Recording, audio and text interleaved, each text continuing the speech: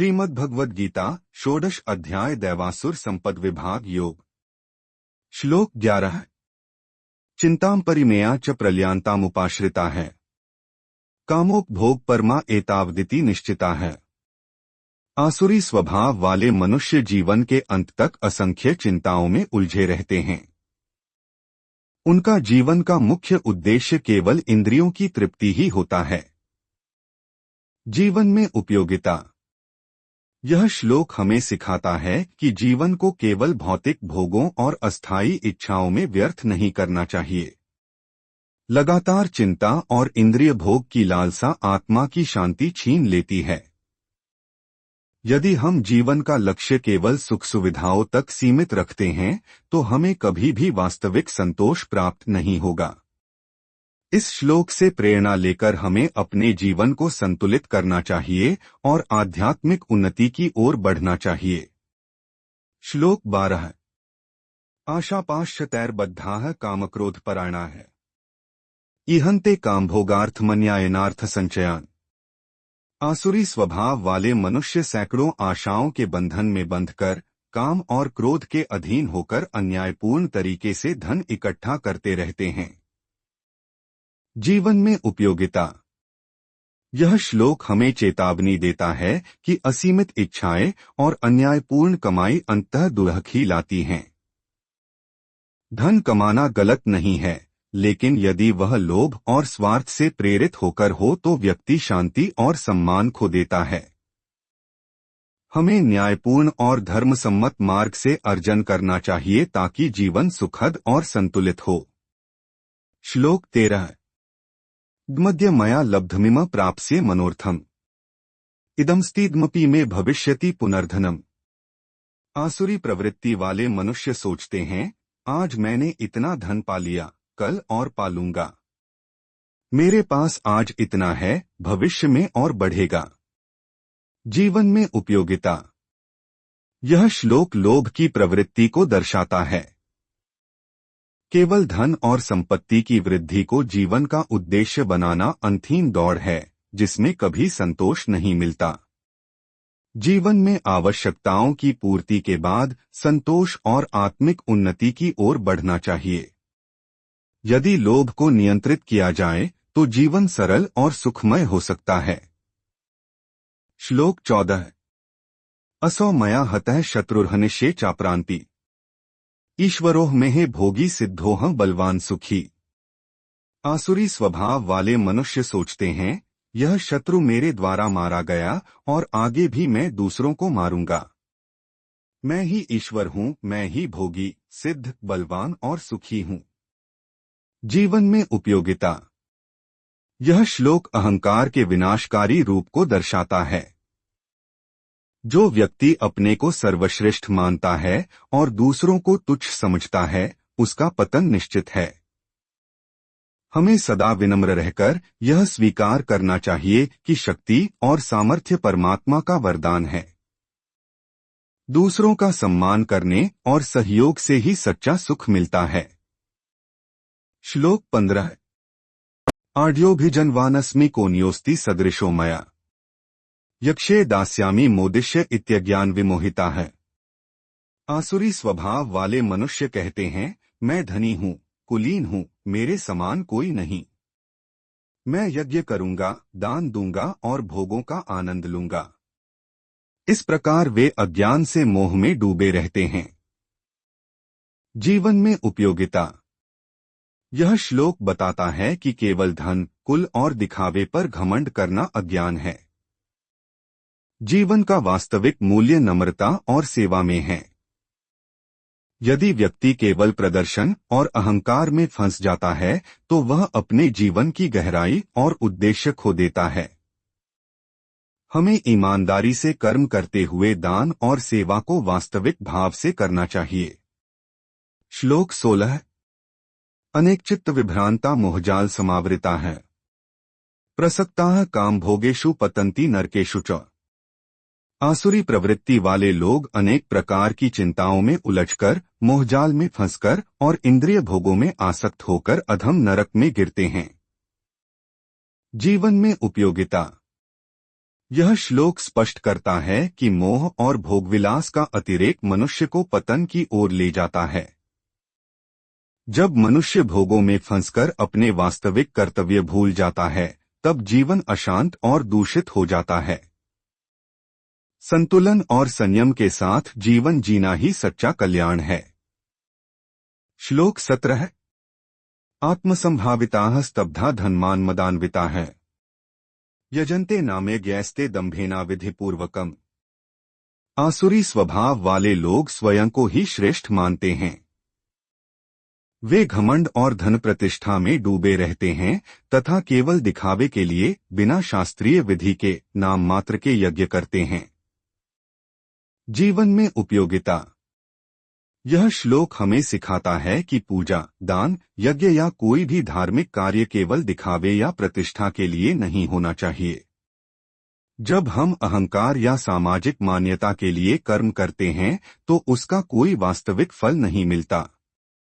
सच्चा आध्यात्मिक कर्म वह है जिसमें निस्वार्थ भाव और श्रद्धा हो।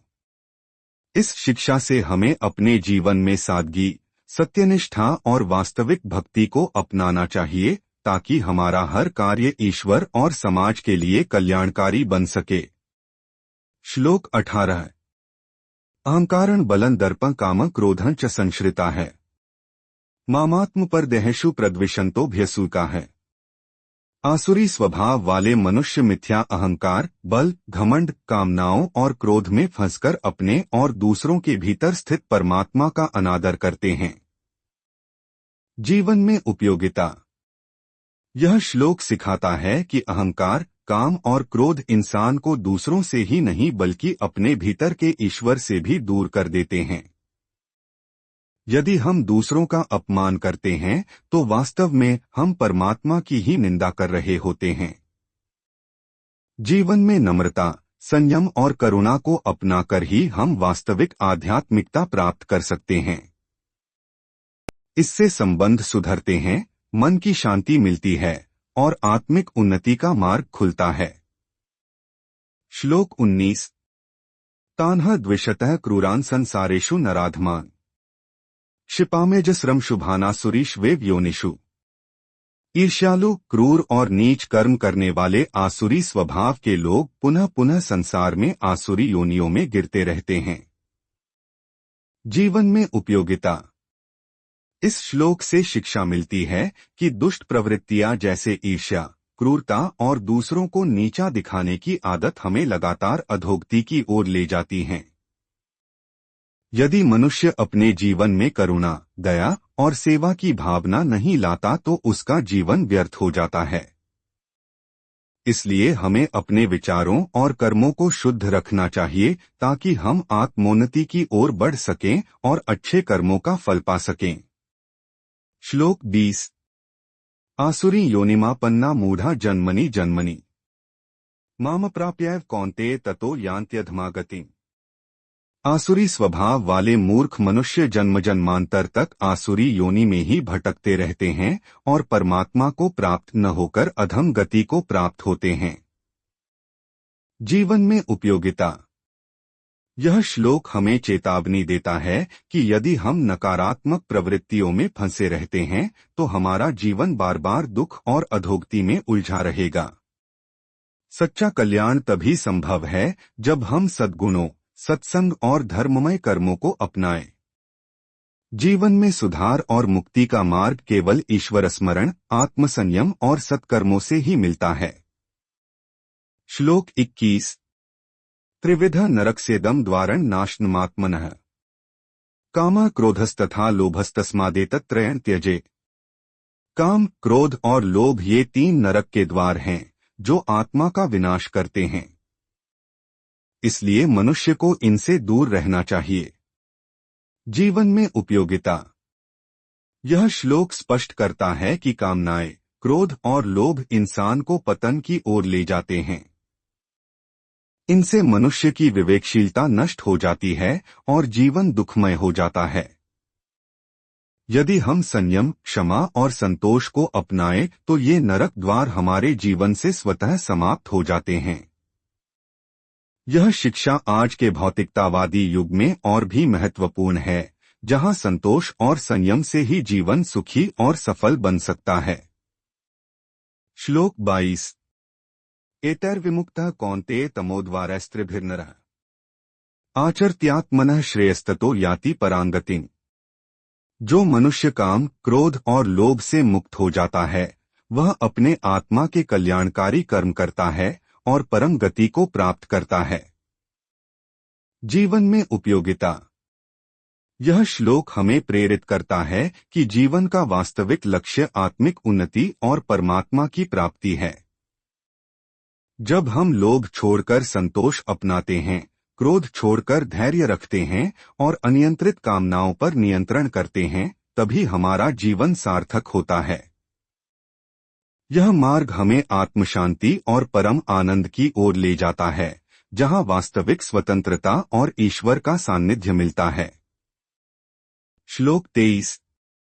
यह शास्त्र विधिमुत्सृज्य वर्तते कामकारतः न स सिद्धिं वाप्नोति न सुखं न परांगतिम्।